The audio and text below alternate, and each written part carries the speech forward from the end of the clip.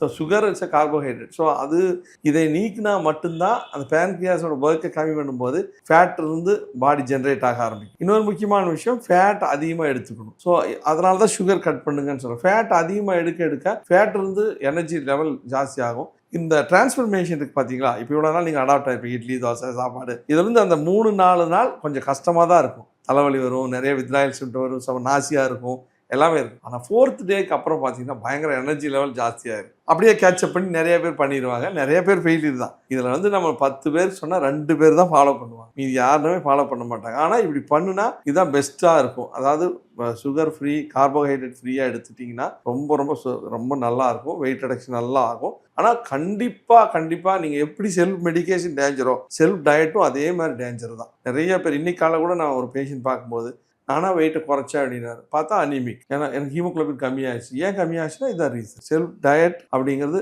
Danger தென் self medication தான் நான் சொல்லுவேன்.